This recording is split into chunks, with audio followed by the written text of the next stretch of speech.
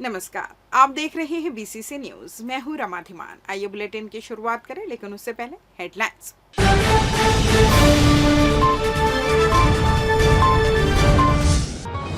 NTPC अनुबंध पूरा करने कर रहा मनमानी, क्षेत्रीय लोगों ने दी आंदोलन की चेतावनी।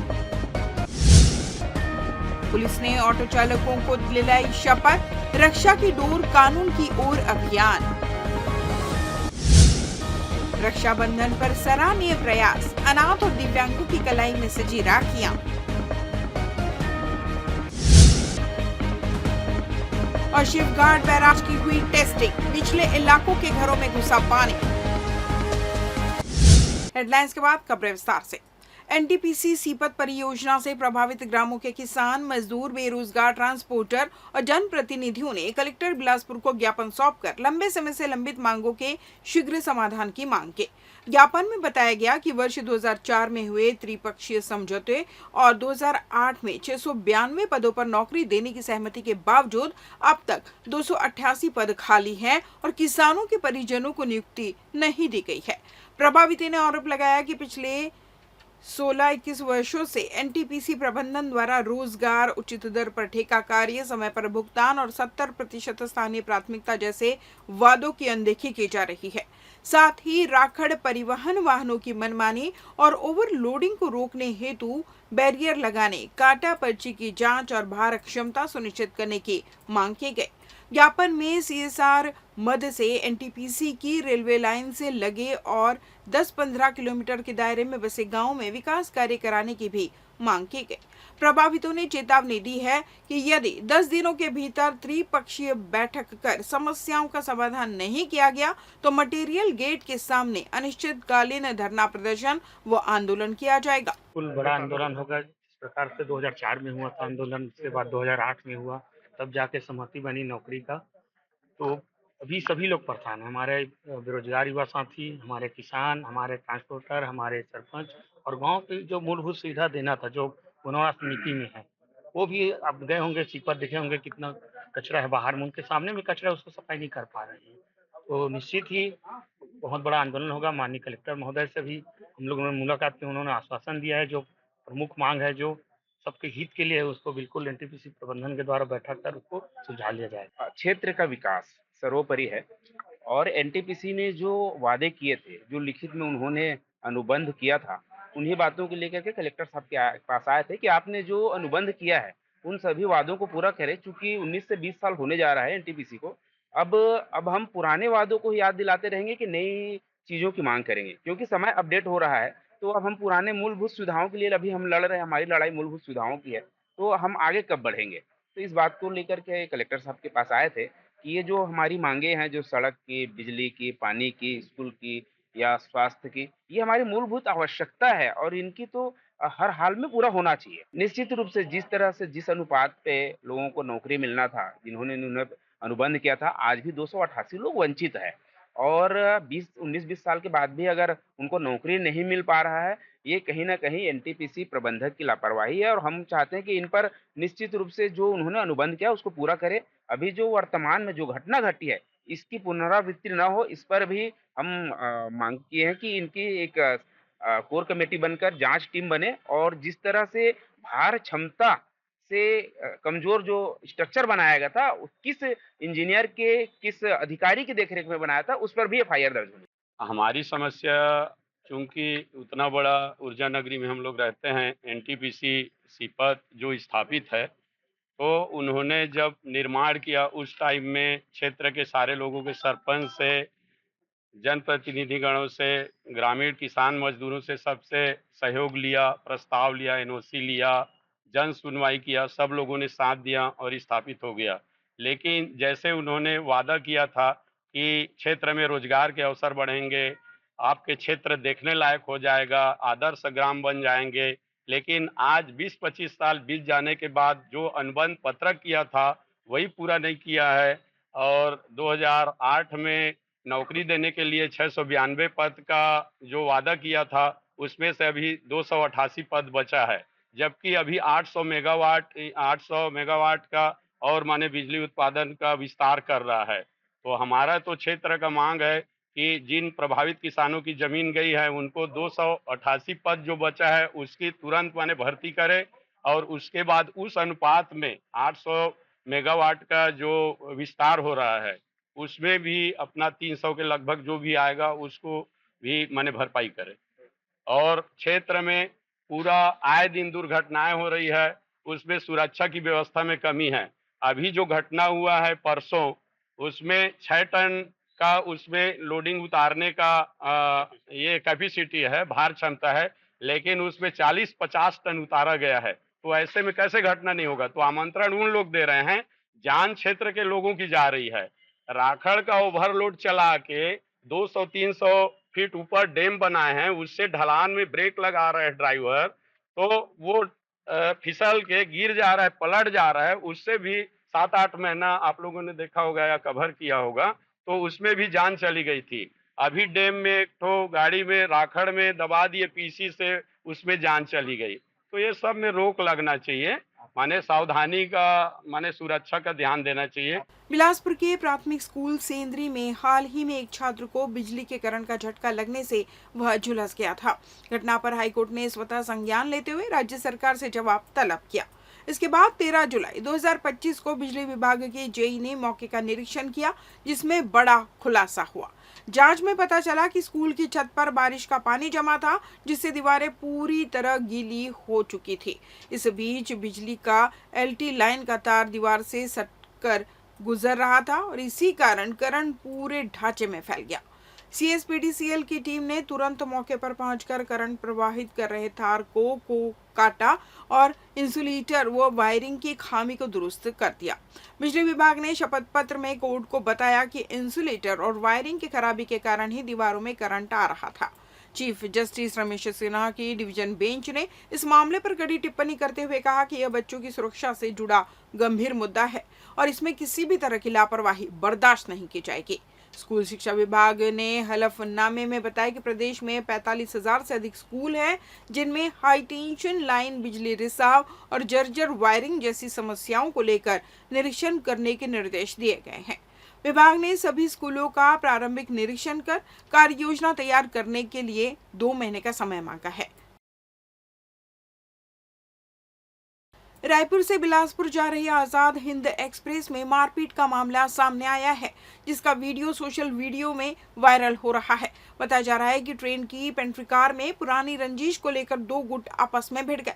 ट्रेन की चलते वक्त कोच के अंदर बंद कर मारपीट की गई। पूरी घटना के दौरान न सुरक्षा कर्मी नजर आए, न ही कोई रेलवे स्टाफ। इस घटना ने रेलवे की सुरक्षा व्यवस्था पर गंभीर सवाल खड़े कर दिए हैं। बताया जा रहा है घटना की शुरुआत रायपुर रेलवे स्टेशन से शुरू हुई, जहां तुलसी नगर गुड़ियारी निवासी रोहित सोनकर, अर्जुन सोनकर आजाद हिंद एक्सप्रेस के पेंट्री कार में पहुंचे। वहीं पहले से मौजूद मध्य प्रदेश के भिंड निवासी प्रेम सिंह तोमर, मुरैना निवासी सोनू सिंह तोमर और बाल बहादुर ने दोनों को कोच के भीतर बंद कर बेरहमी से पीटना शुरू कर दिया। आरोपी की मारपीट के दौरान जान से मारने की धमकियां भी दी गई। जानकारी के अनुसार कुछ दिनों पहले अर्जुन सोनकर के भाई का पेंट्री कार कर्मचारियों से विवाद हुआ था। उसी रंजिश को सुलझाने के इरादे से अर्जुन और रोहित वहां पहुंचे थे, लेकिन बदले की नीयत से हमलावरों ने हमला बोल दिया। जैसे ही ट्रेन रवाना हुई, कोच में अफरा तफरी मच गई। अन्य यात्री और कर्मचारी बीच बचाव में उतरे, लेकिन झगड़ा और बढ़ गया। इस दौरान ट्रेन स्टाफ और सुरक्षा कर्मी पूरी तरह नदारद रहे, जिससे हमलावरों का हौसला और बढ़ गया। बिलासपुर पहुंचते ही दोनों पक्षों को पकड़कर वैधानिक कार्रवाई के लिए जीआरपी के हवाले किया गया।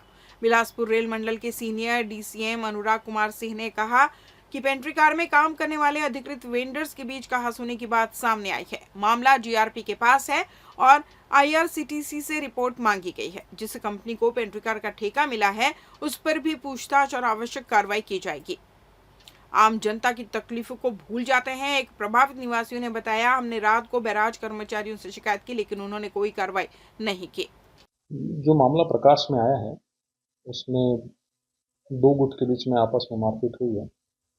अब जो सूचना हमें मिली है कि जो लाइसेंस्ड पेंट्री कार वेंडर्स हैं और जो इलीगल वेंडर्स चलते हैं ट्रेन में बहुत बार, तो उनके बीच में कोई कहासुनी हुई किसी बात को लेकर, और ये दोनों पक्ष आपस में भिड़ गए। और इसके ऊपर जो है बिलासपुर जीआरपी थाने में मामला को दर्ज किया गया है। तो इसमें जो है अनुसंधान जो है पुलिस विभाग करेगी और किसका कितना गलती कैसे किस प्रकार से है अभियोजन जो है उसका काम हो। बिलासपुर पुलिस द्वारा रक्षाबंधन पर ऑटो चालकों के लिए विशेष अभियान चलाया जा रहा है, जिसके तहत पुलिस ग्राउंड में रक्षा की डोर कानून की ओर कार्यक्रम का आयोजन किया गया, जिसमें पुलिस विभाग के अधिकारियों और कर्मचारियों के साथ ही बड़ी संख्या में ऑटो चालक और सामाजिक संगठन के लोग मौजूद रहे। इस आयोजन में ऑटो संघ के लोगों को शपथ दिलाई गई, जिसमें उनसे यातायात के नियमों का पालन करने के साथ ही सवारियों से अच्छा व्यवहार, खासकर महिलाओं से अच्छे से पेश आने के अलावा अगर किसी सवारी का सामान ऑटो में छूट जाए तो उसे थाने तक पहुंचाने की शपथ दिलाई गई। आपको बता दें, बिलासपुर ई रिक्शा का चलन बढ़ने से ऑटो में सवारी भरने को लेकर विवाद की स्थिति बन रही थी। सवारियों से अच्छा बर्ताव नहीं हो रहा था, साथ ही सवारी भरने के लिए डीजल और ई रिक्शा चालक ऑटो को कहीं भी रोक देते थे, जिससे सड़क हादसों की संभावना बढ़ रही थी। जिसे देखते हुए बिलासपुर पुलिस द्वारा कानून की ओर कार्यक्रम का आयोजन किया गया था। इस कार्यक्रम के दौरान सियान चेतना अभियान चलाया गया। छत्तीसगढ़ हाईकोर्ट ने सड़कों पर बर्थडे सेलिब्रेशन स्टंट और वायरल वीडियो बनाने जैसी घटनाओं पर कड़ी नाराजगी जताई है। कोर्ट ने साफ कहा, सड़कें किसी की प्राइवेट प्रॉपर्टी नहीं है। मुख्य सचिव द्वारा दिए गए शपथ पत्र पर भी कोर्ट ने असंतोष जताते हुए पूछा कि इन मामलों में अब तक कैसी जांच हुई और जांच में क्या-क्या सामने आया। कोर्ट ने चेतावनी दी कि अगर संतोषजनक रिपोर्ट नहीं दी गई तो जिम्मेदार अधिकारियों पर भी कार्रवाई होगी। दरअसल 20 जुलाई 2025 को कुछ रसूखदार युवकों ने नई गाड़ी खरीदने के बाद रील बनाने के लिए नेशनल हाईवे जाम कर दिया था। उन्होंने एक के बाद एक कारें सड़क के बीच खड़ी कर दी, साथ ही वीडियोग्राफर और तेज लाइट का इंतजाम भी किया गया। इस कारण लंबा जाम लग गया और लोगों को भारी परेशानी हुई। शुरुआत में पुलिस ने सिर्फ 2-2 हजार रुपए जुर्माना लगाकर मामला खत्म करने की कोशिश की, लेकिन वायरल वीडियो और मीडिया रिपोर्ट्स के आधार पर हाईकोर्ट ने खुद संज्ञान लिया। इसके बाद कोर्ट की सख्ती के चलते पुलिस को शिकायत दर्ज करानी पड़ी। कोर्ट ने कहा, अमीरजादों पर हल्की कार्रवाई से गलत संदेश जाता है और यह समाज के लिए खतरा बन सकता है। लेते हैं छोटा सा ब्रेक।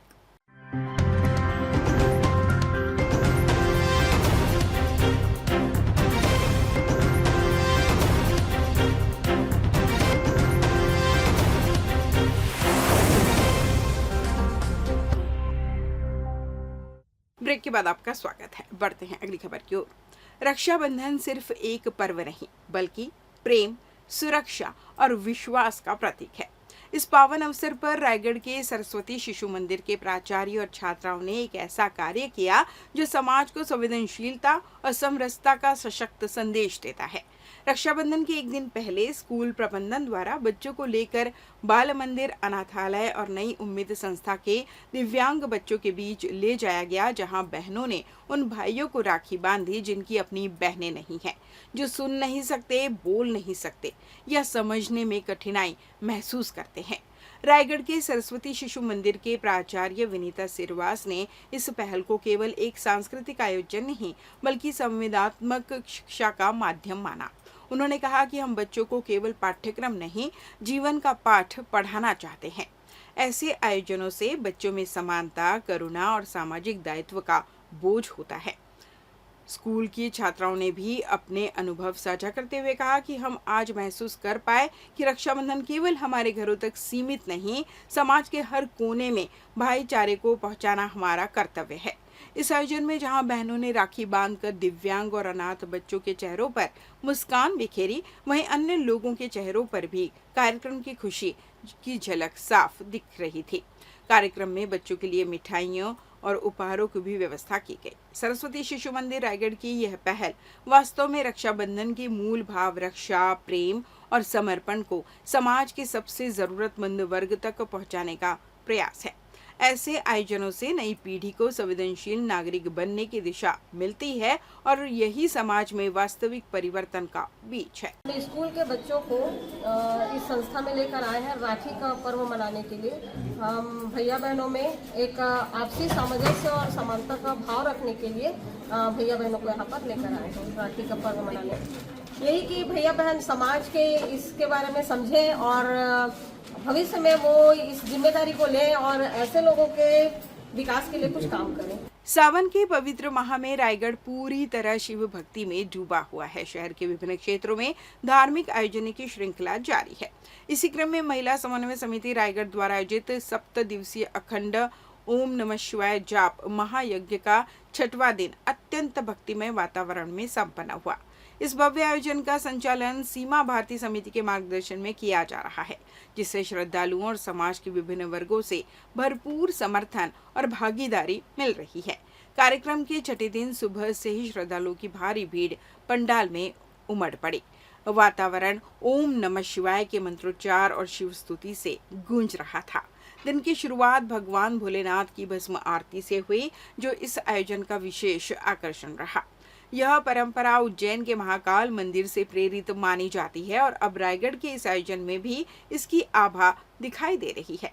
इस भक्ति पर्व में साहू समाज, निर्मल कर्मी समाज, लायंस क्लब ब्राइट, छत्तीसगढ़ प्रांतीय अग्रवाल महिला संगठन, अखिल भारतीय महिला संगठन के सदस्यों सहित सर्व समाज के श्रद्धालु बड़ी संख्या में उपस्थित रहे। कार्यक्रम में रायगढ़ नगर निगम के महापौर जीववर्धन चौहान, सभापति और अन्य गणमान्य जनप्रतिनिधि के साथ उपस्थित रहे। पूर्व IAS और भाजपा नेता वित्त मंत्री OP चौधरी की माता जी, जिन्होंने पूरे श्रद्धा भाव से पूजा अर्चना में भाग लिया, उनकी उपस्थिति ने आयोजन की गरिमा को और भी बढ़ा दिया। महापौर जीववर्धन चौहान ने आयोजन की प्रशंसा करते हुए कहा कि ऐसे धार्मिक आयोजनों से समाज में एकता, समरसता और संस्कारों का संचार होता है। रायगढ़ की धरती इस सावन में शिव भक्ति की ऊर्जा से ओतप्रोत हो गई है। पूरे आयोजन स्थल पर हर वर्ग, हर आयु के लोगों की सहभागिता रही। श्रद्धालुओं की आस्था इस स्तर तक पहुंची कि अब तक लगभग 90 लाख जाप पूरे हो चुके हैं, जिसकी बाकायदा काउंटर के माध्यम से गणना की जा रही है। हर दिन श्रद्धालु लगातार बढ़ती संख्या में पहुंच रहे हैं, जिससे यह आयोजन एक जन आंदोलन जैसा रूप ले चुका है। शिव भक्ति, साधना और समाज के सामूहिक प्रयास से रायगढ़ की फिजा पूरी तरह शिवमय हो चुकी है। सावन का ये शिव आराधना महायज्ञ न केवल आस्था का पर्व बन गया, बल्कि यह रायगढ़ की सांस्कृतिक और आध्यात्मिक चेतना का प्रतीक भी बनकर उभरा है। मंदिर है जिसमें ओम नमः शिवाय का जो जाप है अनवरत 1 तारीख से वो चल रहा है, जिसमें महिला भारती एवं समन्वय महिला समिति के द्वारा यह धर्म जागरण का कार्य जो है ये चल रहा है। आज प्रभु ओम नमः शिवाय हमारे शिव शंकर भगवान जी का महाभस्म आरती आज किया गया। इस आरती में हमारे माननीय महापौर जी और साथ ही हमारे MIC के सभी सदस्य और हमारे सभी पार्षदगण यहाँ उपस्थित होकर के आज यहाँ अपना सौभाग्य प्राप्त किया। नगर के सुख शांति, पूरा जिला छत्तीसगढ़ के सुख शांति के लिए मैंने आज यहाँ पर पूरे सभी पार्षद और उनके परिवार के साथ में यहाँ पर प्रार्थना सभी सुख शांति मोहल्ले में सुख शांति और समन्वय बना रहे।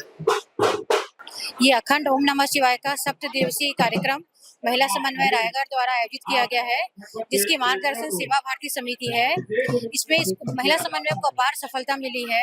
आज कार्यक्रम का 6वां दिन है और आज भगवान भोलेनाथ की भस्म आरती का आयोजन किया गया था एवं पूरे श्रद्धालुओं से हमारा पंडाल खचाखच भरा हुआ है और लगातार ओम नमः शिवाय का जाप चल रहा है। अब तक लगभग 90 लाख जाप पूरे हो चुके हैं, जिसकी गणना काउंटर पे की जाती है प्रतिदिन। यह आयोजन 7 दिवसीय है। कल शाम को इसकी पूर्णाहुति होगी। उसके पश्चात 8 तारीख को अभिमंत्रित रुद्राक्ष जो है वो श्रद्धालुओं को बांटा जाएगा। बिलासपुर जिले के सिरगिटी थाना क्षेत्र में मारपीट का मामला सामने आया है, जिसमें महिला सफाई कर्मचारी और उनके पति ने तीसरे क्षेत्र में रहने वाले एक युवक के ऊपर मारपीट करने का आरोप लगाया है। वहीं इस घटना की शिकायत महिला सफाई कर्मचारी और उसके पति ने सिरगिटी थाने में दर्ज कराई थी। सफाई कर्मचारी बड़ी संख्या में SP कार्यालय पहुंचकर जिले के SSP रजनीश सिंह से सुरक्षा की गुहार लगाई। उनका कहना था कि नशेड़ी युवक आए दिन उनके साथ मारपीट करता है, जिसके बाद SSP ने तत्काल सिरगिट्टी TI को SP कार्यालय बुलाया और सफाई कर्मचारियों की समस्या का निराकरण करने निर्देश दिए, जिस पर सिरगिट्टी TI ने SSP रजनीश सिंह को बताया कि सफाई कर्मचारी की शिकायत के बाद आरोपियों को गिरफ्तार कर लिया गया है और आगे की कार्रवाई जारी है। बिलासपुर में अरपा नदी पर बने कुदुदन बैराज का गेट बंद कर दिया गया। बीते देर रात नदी का जलस्तर अचानक बढ़ गया, जिसके चलते आसपास के इलाकों में रहने वाले लोगों के घरों में पानी घुस गया। प्रभावित निवासियों ने कर्मचारियों से शिकायत की, लेकिन उनकी सुनवाई नहीं हुई। लोगों का आरोप है कि प्रशासन उनकी समस्या की अनदेखी कर रहा है, जिससे उनकी मुश्किलें और बढ़ गई है। स्थानीय निवासियों के अनुसार कुदुदन बैराज का गेट बिना किसी पूर्व सूचना के बंद कर दिया गया था और रात में अरपा नदी का जलस्तर तेजी से बढ़ा, जिससे कई घरों में 4 से 5 फीट तक पानी जमा हो गया, जिससे फर्नीचर, अनाज और अन्य सामान को भारी नुकसान पहुंचा। स्थानीय निवासियों ने आक्रोश व्यक्त करते हुए कहा कि शाम को 6 बजे से घरों में पानी घुसना शुरू हुआ था, जिसके बाद कई बार बैराज में काम कर रहे कर्मचारियों को इसकी जानकारी दी गई, लेकिन उनके द्वारा कोई कार्रवाई नहीं की गई। ऐसा करते करते रात 2 बजे तक घर में पानी भर चुका था। आरोप लगाया गया है कि बैराज के कर्मचारी बैठकर शराब का सेवन करते हैं। इसके बाद वह आम जनता की तकलीफों को भूल जाते हैं। एक प्रभावित निवासियों ने बताया, हमने रात को बैराज कर्मचारियों से शिकायत की, लेकिन उन्होंने कोई कार्रवाई नहीं की। हमें सिर्फ उच्च अधिकारियों से बात करने की सलाह दी गई, लेकिन कोई मदद नहीं मिली। प्रशासन को पहले अलर्ट जारी करना चाहिए था। पुलिस ने नाबालिग से दुष्कर्म के आरोपी को घटना के कुछ ही घंटों के भीतर गिरफ्तार कर लिया। आरोपी आशिक कुमार कुर्रे 32 वर्ष को ग्राम ध्रुवाकरी पचपेड़ी से पकड़ा गया। उसे गिरफ्तार कर न्यायिक रिमांड पर जेल भेज दिया गया। मामले का खुलासा तब हुआ जब पीड़िता के परिजन ने मस्तूरी थाने में लिखित शिकायत दर्ज कराई। शिकायत के अनुसार जब प्रार्थी अस्पताल में भर्ती थी, तब 10 जून 2025 को आरोपी आशिक कुर्रे ने घर में अकेली पाकर नाबालिग पीड़ित से कई बार दुष्कर्म किया। पीड़िता को जान से मारने की धमकी देकर चुप करा दिया गया था, जिससे वह डर के मारे किसी को कुछ बता नहीं पाई। हाल ही में पीड़िता के पड़ोसी ने आरोपी को नाबालिग के साथ गलत काम करते हुए देखा। इस बारे में उसने प्रार्थिया को बताया, जिसके बाद पीड़िता ने आप बीती सुनाई। पीड़िता ने बताया कि आरोपी नशे का आदी है और उसने उसे धमकाकर कई बार गलत काम किया। शिकायत मिलते ही पुलिस ने तुरंत कार्रवाई शुरू की। पुलिस अधीक्षक रजनीश सिंह के निर्देश पर एक टीम का गठन किया गया। टीम ने आरोपी की तलाश में दबिश दी और उसे ग्राम ध्रुवाकरी से हिरासत में ले लिया गया। पूछताछ में आरोपी ने अपना जुर्म कबूल कर लिया। पुलिस ने बताया कि आरोपी आशिक कुमार कुर्रे के खिलाफ विभिन्न धाराओं के तहत मामला दर्ज किया गया है। इस बुलेटिन में बस इतना ही। अगले बुलेटिन में आप सभी फिर मुलाकात। तब तक मुझे दीजिए विदा। नमस्कार।